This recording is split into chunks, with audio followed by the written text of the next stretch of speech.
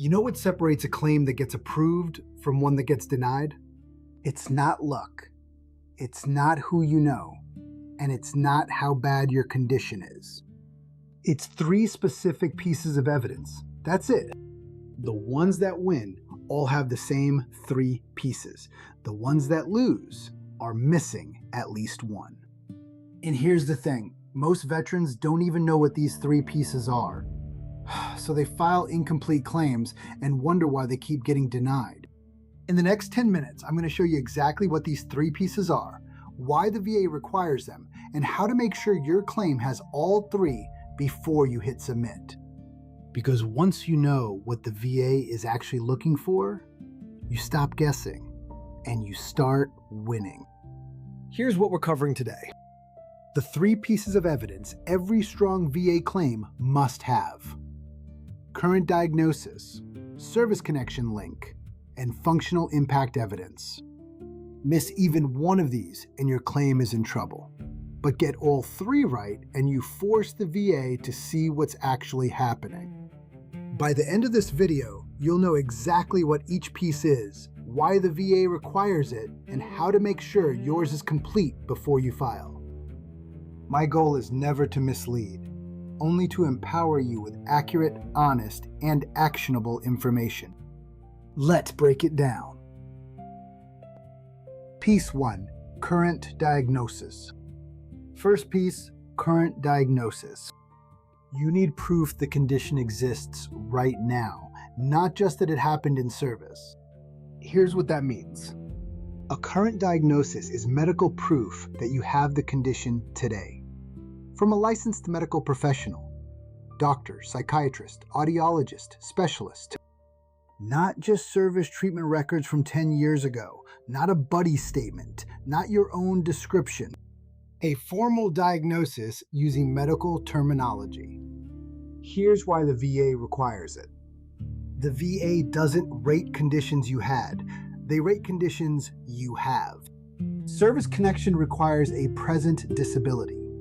Even if you were injured in service, if there's no current diagnosis, there's nothing to rate.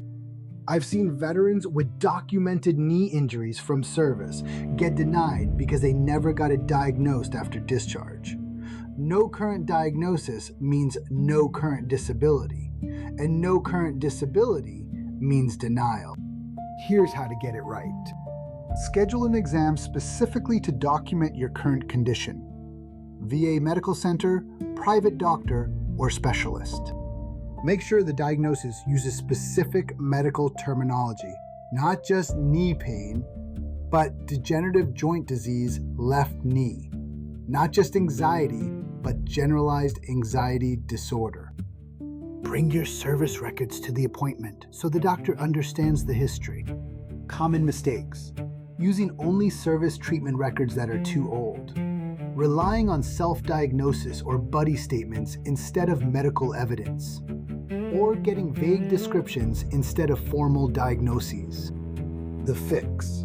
Get a current formal diagnosis from a licensed medical professional within the last year.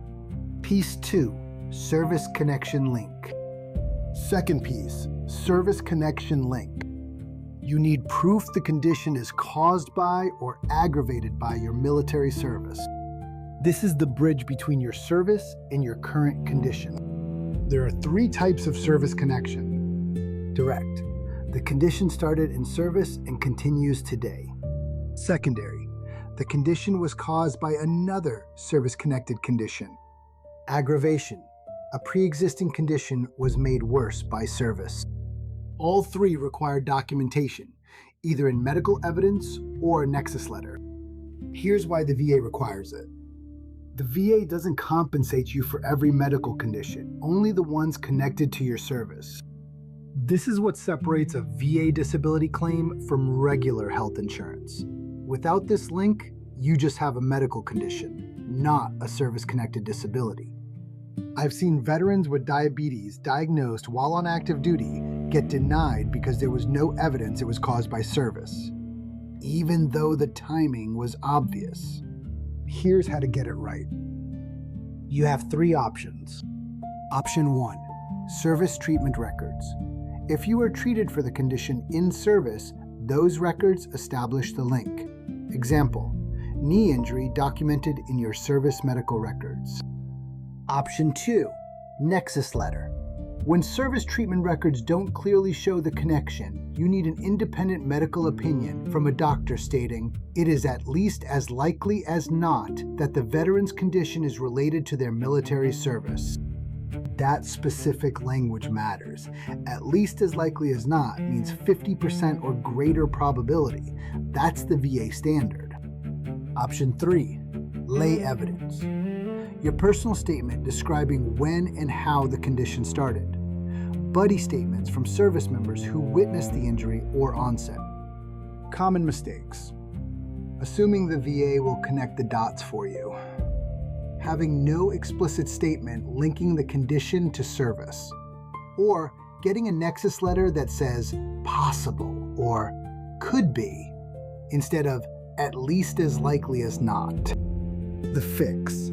Get a nexus letter from a qualified medical professional who reviews your service records and current diagnosis, then provides an opinion using VA acceptable language. Piece 3, functional impact evidence. Third piece, functional impact evidence. You need proof of how bad the condition is, not just that you have it. Here's what that means.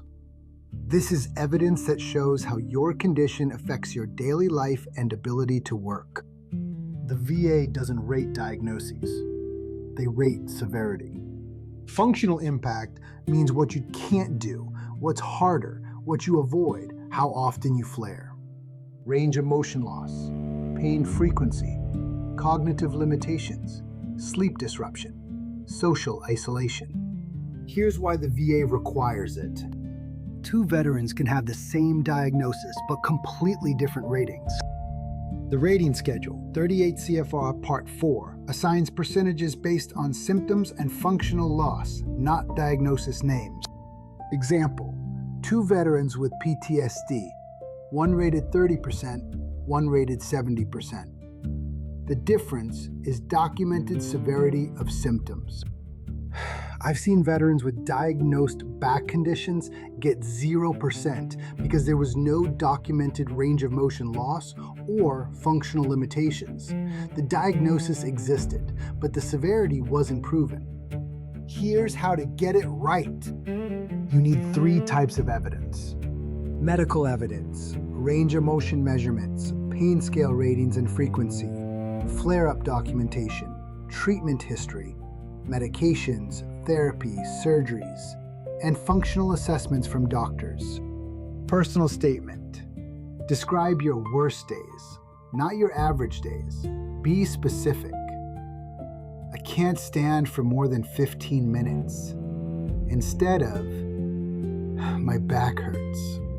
Document what you stopped doing, hobbies, activities, work tasks. Explain how the condition affects work, relationships, daily activities. Lay evidence, spouse or family statements describing what they observe, former employer statements about work limitations, buddy statements from people who knew you before and after. Common mistakes. Only describing the diagnosis, not the impact. Downplaying symptoms during the C&P exam because you're having a good day. No documentation of worst-case scenarios or flare-ups. Using vague language instead of specific, measurable descriptions. The fix. Build a complete picture using medical evidence, plus personal statement, plus lay evidence that shows the VA rater exactly how severe your condition is in real life. How these 3 pieces work together. All 3 pieces must be present. Missing even one can sink your claim. Think of your claim like a 3-legged stool. Remove one leg and it collapses. Current diagnosis proves the condition exists. Service connection proves it's related to your service. Functional impact proves how severe it is. All 3 must be documented in your claim file. Here's a real-world example. Veteran with knee condition. Piece 1. Current diagnosis from orthopedic surgeon. degenerative joint disease, left knee. Piece 2. Service treatment records showing knee injury during training, plus nexus letter stating the condition is at least as likely as not related to service. Piece 3. Range of motion measurements showing limited flexion. Personal statement describing inability to run, squat, or kneel. Spouse statement confirming daily limitations. Result: claim approved at appropriate rating because all 3 pieces were present. Here's what happens when one is missing. Missing diagnosis. Claim denied. No current disability. Missing service connection. Claim denied. Not service related. Missing functional impact. Claim approved but underrated. Severity not documented. Recap plus challenge. 3 pieces: current diagnosis, service connection link, functional impact evidence. Before you file, audit your claim for these 3 pieces. Here's your challenge for the next 48 hours. Go through your evidence right now. Check for all 3 pieces. Do you have a formal diagnosis from a licensed medical professional within the last year using specific medical terminology? Do you have service treatment records documenting the condition, or a nexus letter using at least as likely as not language, or a personal statement explaining when and how it started? Do you have medical evidence showing severity, a personal statement describing your worst days, and lay evidence from people who observe your limitations? If you're missing any piece, take action to get it. Schedule an appointment, request a nexus letter, write your personal statement. Then come back and drop a comment. Tell me which piece you're working on. Your action might inspire another veteran to do the same. Look, I can't file your claim for you, but I can help you make sure you have all 3 pieces in place before you file. That's what the VA Claim Readiness Review does. It's a complete audit of your documentation, every piece of evidence you have, to make sure nothing's missing. Here's what you get: a full review of your current diagnosis documentation, analysis of your service connection evidence, assessment of your functional impact proof, and a nexus letter template you can take to your doctor, no extra cost. It's $197 flat.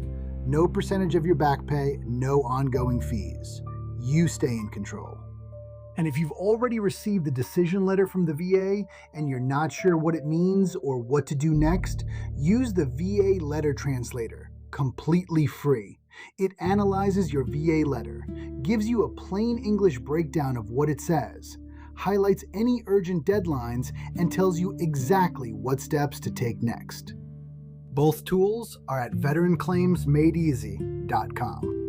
Now, if this video helped you understand what a strong claim actually looks like, do 3 things. First, subscribe to this channel.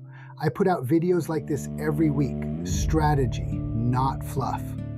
Second, share this video with another veteran who's about to file or who's been denied. That's how we make sure more veterans understand the system before they walk into it. Third, drop a comment below. Which of these 3 pieces are you missing right now? Your answer might help another veteran avoid the same mistake. Thank you for your service.